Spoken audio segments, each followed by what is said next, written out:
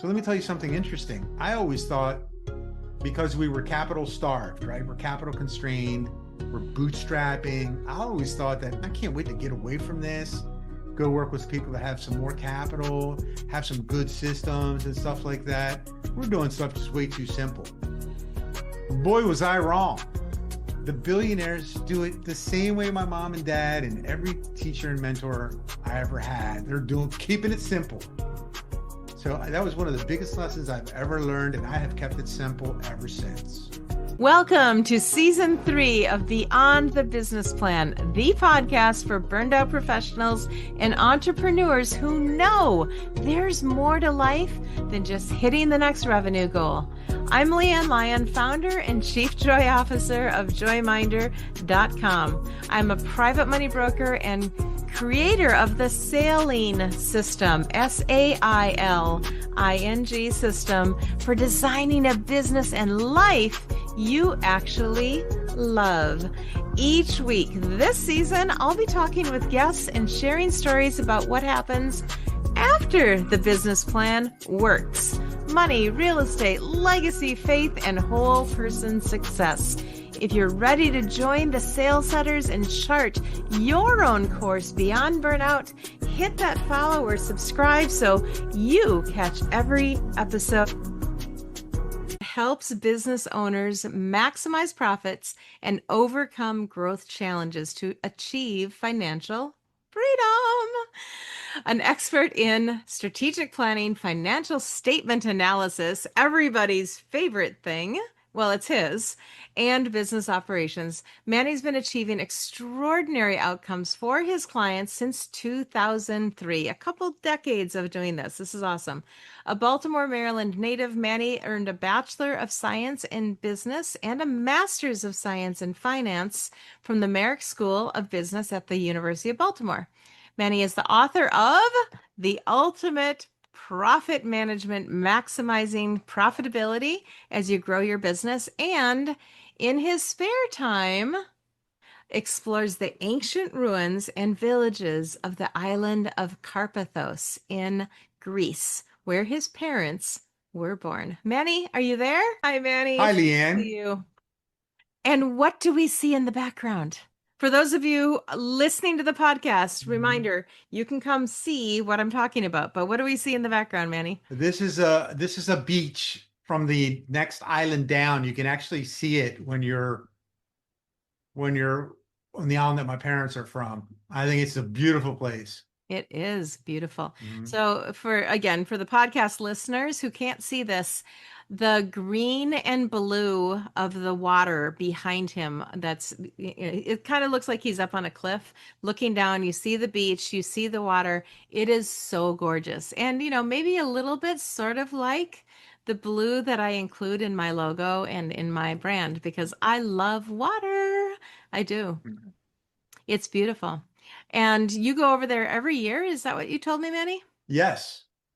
I try to visit every year to go and explore and clear my mind. And how big is the island? I know we're not here to talk about the island, but you have this amazing background. It's not that big. It's small. I think it's 125 square miles. It's pretty tiny. Okay, well, 125 square miles will give you something to do for a while. Yeah. And you've been going over there your whole life, or when did you start going back over there? No, I went sporadically as I was growing up, but as I've gotten older and managed my time better, I try to go every year. And so tying this into why we're here on Beyond the Business Plan, how much does it mean to you to have the freedom and flexibility to go and be able to do that annually without asking for permission? It's priceless, Leanne. It really is. Priceless. Yeah. Is that why you started in business? I was born into it. My parents left this island and they immigrated to America. And back then, this was right after the end of World War II. Back then, Greek people were working as laborers and they were trying to get into the profit machine, so they could make more money. So I had an early start. Okay. And so when their parents came over to the United States? Yes. And did they come to Baltimore where you are? My mom came to Baltimore, and my dad ended up in Washington, D.C. Oh, so they And came they separately? met here. Yeah, Oh, they they met met here. here. Oh, Yeah, it's amazing. but they're from the same place. From the same place. Oh, that's kind of Yeah. cute. Who got over Mhm. here first? My father came here in 1949. Okay. Yeah, and my You, mom came in 54. okay, excellent. And Yeah, then my you dad were, came by himself. He was sponsored. You had to have a sponsor back then, right? My dad came first. He was sponsored by his uncle. And then my mom came with her family. My grandfather came, and then he systematically brought each one of his 6 kids over to America, where wow, they used to work and hand over their paychecks on Saturday without opening their envelopes hand over their paychecks to, to grandpa, their father, okay. And then he unopened. decided, and what? Unopened. Unopened, yeah. That's And how, so that's what, is there more to that story? I'm curious. I mean, it was very difficult. Imagine now leaving, home. Let's just imagine we're going to go to Russia right now. Mm. Just, we don't know the language. They certainly don't want us there. How are we going to fit in? How are we going to make it? How are we going to work? Especially for my granddad who had 6 kids. How are you going to take care of all these mouths to feed? Where are you going to live? When you start digging in or peeling back the onion, it gets really interesting real fast, you know, Yeah, because tell the it's story. everything here is simple. It's not easy, in my opinion, but it's simple. We're the land that keeps the trains running on time, and we have a solution for everything. So, Interesting.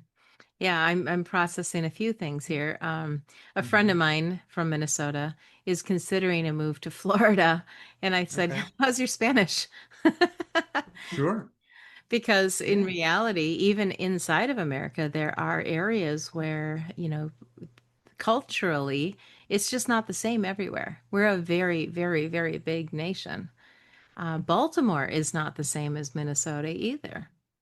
It's an Now, did excellent point you make. Are you in, were you born and raised in Baltimore then? I was born in D.C., raised in Baltimore. Okay, got it. But Hmm. mostly in Baltimore? Yeah, I moved away for 10 years to become a corporate banker. So I've lived in Texas, followed by California, and then I came back. Okay.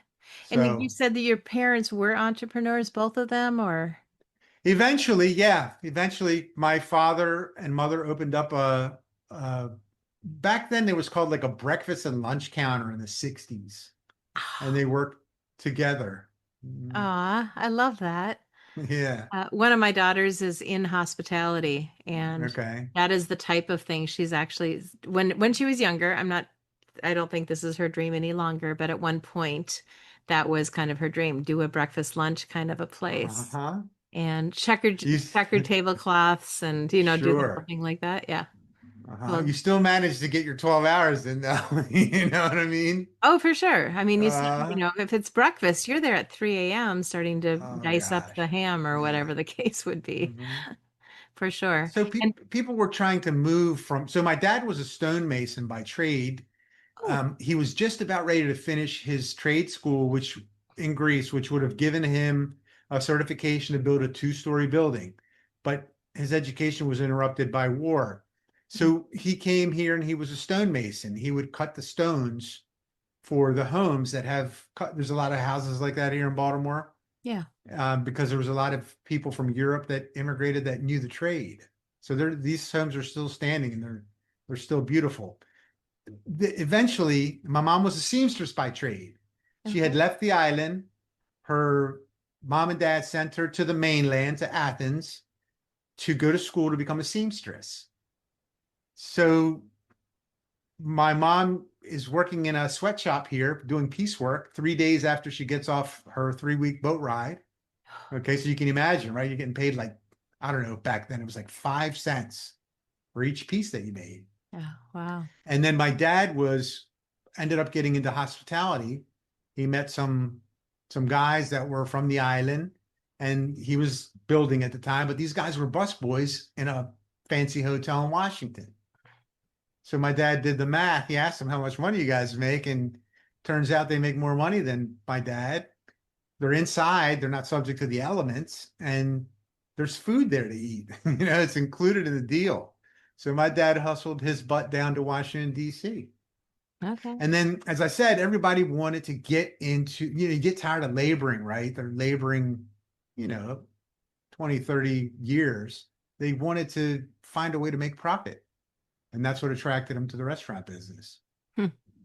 Doesn't sound all that different than the people who work with me in Joyminder, people who burn out. In Mhm. fact, hospitality is one of the highest burnout rates. Also, hospitality is also hard on your body over time. A lot of standing, a lot of kneeling, a lot of work on your body. Hospitality, teachers, healthcare are all high burnout areas where, again, people say, I'm making money, but I want a little bit easier on my body and I'd like to make more. And that's when they turn Right? to entrepreneurship. So your parents Mhm. did the same and they became Yeah. entrepreneurs. Now they became entrepreneurs in hospitality. How long did they do that? Oh gosh. Um, I guess from the 60s to like 1990, probably 30 years. Okay. Yeah. And then you were raised in that environment of, I went to work with my dad when I was 10 years old, which is funny because people are like 10 years old. Who takes their kid to work at 10? Well, my friends now, they've got 3-year-olds that are learning. Children are much smarter, of course, these days as well. But I've got a video that I carry on my phone of one of my clients who's cooking with his two kids, ages 6 and 3, and they're running saute pans and using knives. you know. wow. Well, and my husband and I had a manufacturing company and we brought our kids Okay. and they could, and we paid them for helping to package the things that we were making or helping to sweep the floors or do whatever it is that we needed done. And they really enjoyed being part of the family business, if you will. Until they didn't, which happens in the teenage years Okay. oftentimes. And probably for you too, I'm guessing. I think your children are lucky because they worked in the manufacturing place. We got tired of smelling like food all the time, right? You know, it's a different smell. Yeah. Well, I and didn't we, I didn't have any thoughts or interest in doing anything but the restaurant business. okay. I liked it. I was good at it. There was always something new to do, to learn. And the only thing was my parents insisted to all of us, my siblings, and me, that we get an education. They said, we don't care what kind of degree you get, just go get one. So I did that. But then I still kept working. And then finally in my late 20s, I decided to change, Okay. you know. So you got your degree. You mentioned a master's in finance. What drew you to that as opposed to, I mean, you could have gotten a degree in management or hospitality Mhm. if that was your enjoyment. Yeah. So I got the degree in business and computer information systems first, and then I kept working. And then 4 years later is when I made the decision to want to do something different. And I was going to go into banking, and I really liked finance. And I wanted to have my master's in my back pocket when I went and got that job, because back then a lot of people were working and going to school, which I did that. I Hmm. did that, and I didn't want to do it again. So I took like 2 years and bartended to get my master's in finance. And then my advisor at school, she's the one that told me to go get into a commercial lending training program because I didn't know anything about that stuff, right? Okay. All I knew was restaurants. I didn't know about resumes and banks and stuff like that. And I wanted to be an investment banker. It was cooler. She's like, Ah, no, no, no. You know, this will suit you just fine. You're got the smarts and you got the personality. ah, nice. And that was in your late 20s. And then you My went late into 20s, I had to banking. move. I got out of school. There were no jobs here. It was a very bad recession. And I had to go move where the jobs were. And I narrowed it down to 3 states, of which I selected Dallas, Texas. And I got in my car and drove down there. I was hunting for a job. There was a young lady that I knew from here. She had relocated there, and she let me stay with her and use her car because I was chasing banks around for interviews. And I got a job There you go. in the training program, just like what my advisor told me to do. Ah, excellent. And Yeah. so you stayed in banking for about 10 years. And Mhm. then what happened? I got the itch. The bank moved me from Texas to California, which was another awesome experience. And because everybody has different accents in the different states, and you don't really realize it, you know? So they tell you speak with an accent. I'm like, what are you talking about? So I got the itch, and I was afraid to open up a business in California. It's Mm. such a big place. You can be anonymous there your whole life. So I was flat out scared, afraid. And I said, you know what? I'm going to move back home. I have a good reputation, smaller place. I felt more confident. So I did. I packed it up and moved back to Baltimore and hung a shingle out as a consultant. And that's what we're going to talk about when we return. Uh-huh. Hey, sales setters, do you need energy without the crash? Check out the lifestyle section in our resources on joyminder.com/resources for delicious, healthier coffee alternatives to boost your focus and fuel your hustle. Skip the jitters, love your brew. You can also go directly to whyilovemycoffee.com, and I'll see you there. We are back, and on our break, we discovered that Manny and I have some things in common. We like our afternoon hot beverages. Now, Manny's drinking a very interesting collection of teas, and anybody listening to my show knows that I drink mushroom coffee. And of course, I probably played that commercial during our break here. But Manny, we were talking about you and going into business and hanging your shingle after coming back. Now, I'm guessing you're in your late 30s when you decided to do this? Yes. And you said Great you hung it as guess. a consultant. So what were you Right. consulting? Same thing. Back then it was called virtual CFO, virtual chief financial officer. And I was very blessed. I had two friends that they were consultants in a different segment. They were sales and training consultants, and they really helped me to get my business off the ground by teaching me, how to be a consultant and by referring my first set of clients to me. So it was really, I feel very blessed. So, over time, the the name has changed. Like these days, it's like fractional executives, it's like the buzzword. And, I went with outsourced, chief financial officer. Uh-huh. So, I'm working part-time for a bunch of different clients in a bunch of different industries. And each engagement is different, but the focus is to make sure you're not working for free. Right. Right. You So know, whether you could hear it on the podcast or see it on the YouTube, you seem to have kind of a dislike almost for the word fractional.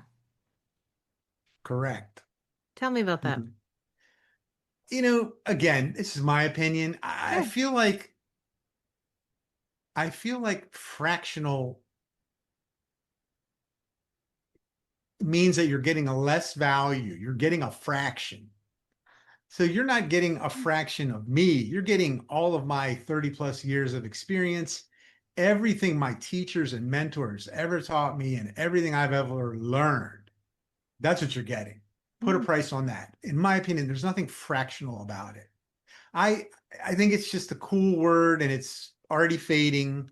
Hopefully it'll fade out for good, but it's not for me, right? Well, hey, We no, have to, absolutely. in my opinion, based on what I've learned now, right? 22 years of having my own business, we have to show our clients the value that we're providing. And I don't think the term fractional goes anywhere near the word value. People want full value, you know. Anyway, my opinion, my pet peeve, I you love know, it. I really you do. know, And I think words matter. you know. Wordsmithing matters. A very careful consideration matters.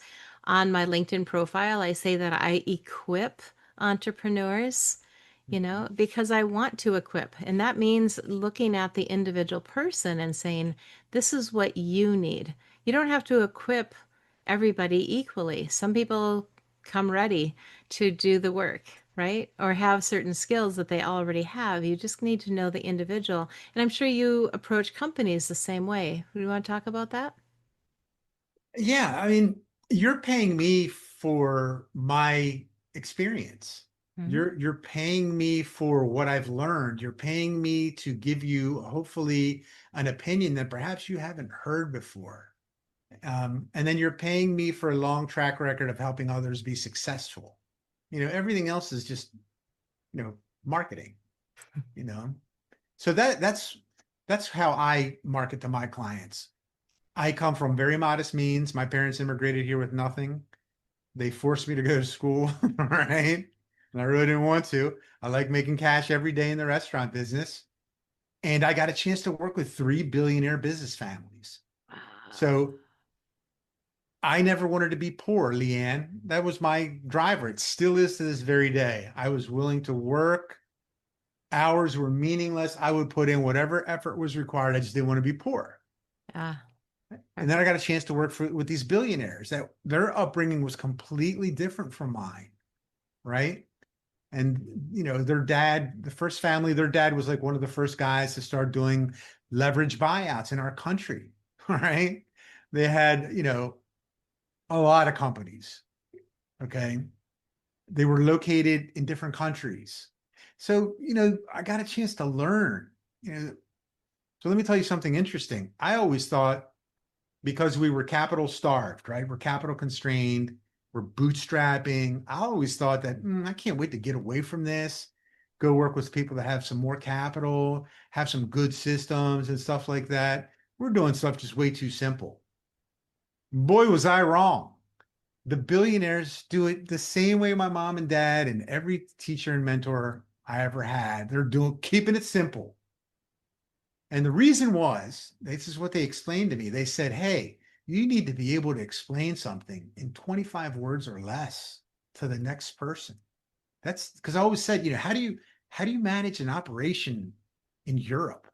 You have so many locations, you can't visit them all in a year. Like you need to learn how to communicate. You need to say what you need to say in 25 words or less, keep it simple. And I'm like, why? And they said, because if you keep things complex, some people might not understand what you're talking about. And they're not gonna want to come to Leanne, their boss, and say, Leanne, I don't understand what you're talking about. Can you tell me again? Okay. Nobody wants to do that to their boss, right? Tell them I don't know. So that was one of the biggest lessons I've ever learned, and I have kept it simple ever since. Hmm. Excellent. So when you decided to hang your shingle, Hmm. what did and you had a why. You explained what your why was. Basically, you had a deep why of I don't want to be poor. I want to have Mhm. money. Great.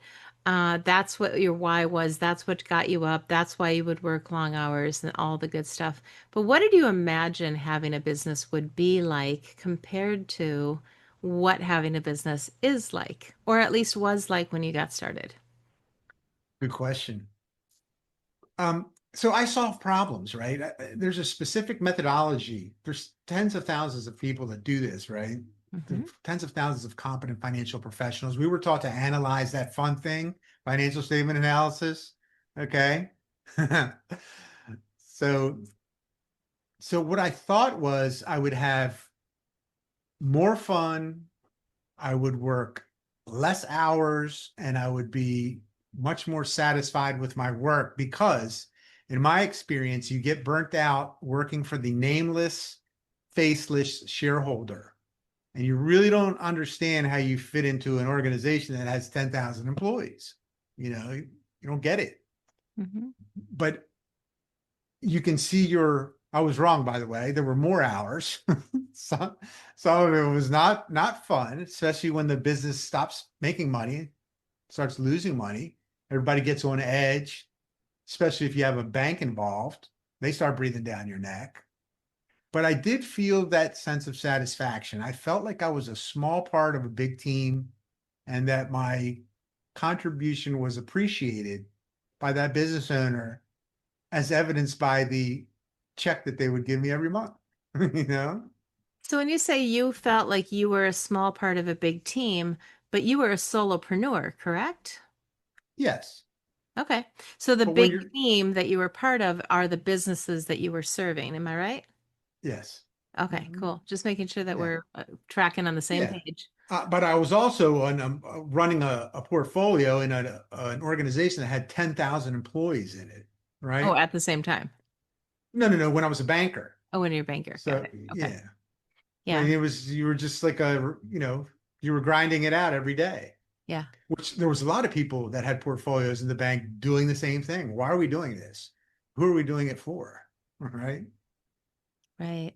So when you started your business, you're a little full of what do they call it? Piss and vinegar, right? Oh That's yeah, usually how we start our absolutely. businesses You a got little to bit. have it. You You got it. You know, really do. And you you found got to out that have you're it. going to have to work a little longer than you thought. You're going to not have to Mhm. do kind of everything because even though you had friends who taught you the ropes of, you said marketing and something else, that was a huge blessing to have a tribe that was supporting you and helping you. Are you still a solopreneur or do you Oh now? yeah. Oh, Oh yeah. okay. I did try to do a little diversification effort, I don't know, 10 plus years ago. Yeah. It did not work out. I felt like I was a babysitter. So, you know, Not I had to wrong. stop doing it and do what made me Okay. happy. This Okay. makes me happy, you know. When you say this, what does your day to day look like now? I'm on the phone generally speaking or having a Zoom and I'm fielding questions. I'm Mhm. solving problems. Hey, I want to hire somebody. Can you look at this compensation package? Does it make sense? Can I maintain my margin? So I need to do the math on that. Mhm. I really want to go and expand my office space. You Mm. know, is it a good idea or not? Well, you can certainly afford it, but I don't know if it's a good idea. You're Okay. still trying to maintain a hybrid environment. Then there's review meetings. So I have a review meeting with every client every month. We stop for 1 hour and we review the results of the prior month and that fun thing called financial statement analysis, Yep. right? That's what I got taught. That's what tells you where to go look. Right. So we do that because in case there's any negative trends, we want to catch them early so the business owner can take action. Yeah. So it's many different topics are discussed, which keeps the work interesting. So You you know. enjoy variety, Yes. which is important as an entrepreneur. Mhm. We get plenty of variety. Right now, though, as a solopreneur, then you are still doing your own marketing, your own Yes, bookkeeping. Are you doing your own bookkeeping or do you I outsource am. some things? I am, but technology has really helped. I couldn't do this without technology. It's been a game changer, Sure. right? So when I started, everything was done by when I started in school, accounting was done by hand. Hmm. Only the like wealthy companies, let's not call them wealthy, let's say well-capitalized companies that had the ability to make investments in software and stuff like that. Because software was just coming out, you know, but now it has changed and it's really easy to do. Really easy. Listeners, I wish you could see the smile on this man's face. Really, if you're not on YouTube, I wish you could see the smile that he has on his face the whole time because it's a smile that just conveys his, what that he's doing what he loves. And this is truly what I believe in my faith journey as well. I believe that we were called to do certain things, that we have a specific way that we can act and serve in this world to serve other people. And if you find that, and if you're doing that, I mean, you have that smile on your face that I'm seeing on Manny's Yeah. face right now. Uh-huh. Do you want to speak into Well, that? yeah, let's tell the audience that there's pluses and minuses, okay? That Sure. I've come to grips with all of this. Yeah. So I was working all those hours and they weren't translating into billable hours back then. So I had to fix that. When I was in school, right after I finished my marketing course and my psychology course, I threw those books away. I kept every other book I've ever studied. And then when I got into business, I realized that marketing and psychology were the two most important subjects that I needed, far more important than the present value of future cash flow. I Yeah. had to put my tail between my legs and go to the bookstore and get those books, right? So, so I had to learn to work less hours and provide more value because it's unsustainable. It was leading to burnout. I had to make a decision. So when you there's a lot of companies that try to get a bunch of employees to work together. It doesn't work out. It has to be highly structured. Um, so I made a decision that I was going to make less money, but the trade-off for making that less money was going to be to have more freedom and be able to follow my passion, right? You've heard the old adage. Somebody told me this like 30 years ago. Find your passion and you'll never work a day in your life, right? Mark Twain. So it's not all roses, Mm. but it doesn't really matter with respect what anybody else thinks. Yeah. You're on your own journey. And, it's certainly faith-based as well. You got to have faith. And you learn from others. I've made a career, a lifetime of learning from others. What worked for them, what didn't work for them. I mean, the free lessons are all over the place. You just got to be willing to listen.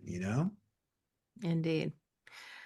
Well, it is a big journey. Anybody listening that wants to connect with Manny, find out more, all of his contact information, website, everything is down here. I'm going to highlight. I have another question for you, so hang tight. But I'm going to show once again, I have a copy of your book, The Ultimate Profit Management, Thank you. Maximizing Profitability as You Grow Your Business. There it is. Uh-huh. Hardcover even. It's a hardcover book. That Yeah. you don't see very often. Honestly, these days everybody comes out with hmm soft cover, it seems. What inspired you then to create and write a book? And what was Yeah. that process like? Great question.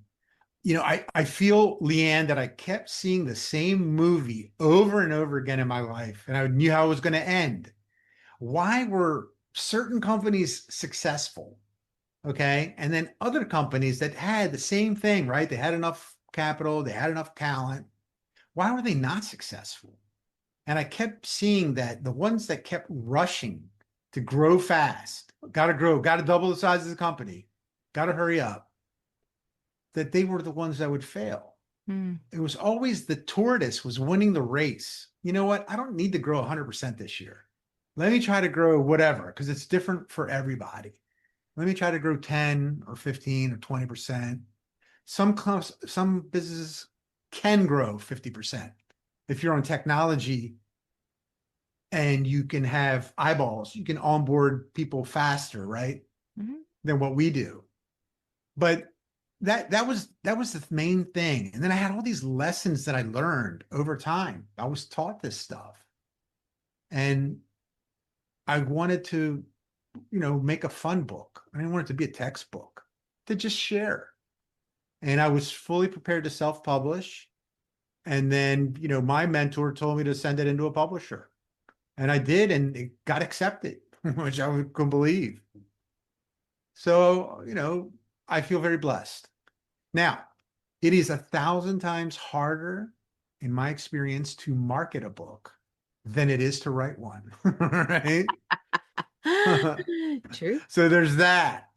But I feel good. I feel that these are the same lessons that I've shared with my clients, over the course of my business and help them become successful. Same thing, nice and easy and simple, nothing complicated. Yep. And the book is relatively small. So anybody hmm listening, I mean, it's 121 pages. And hmm that I think includes the table of context and a few other pages Uh, as well.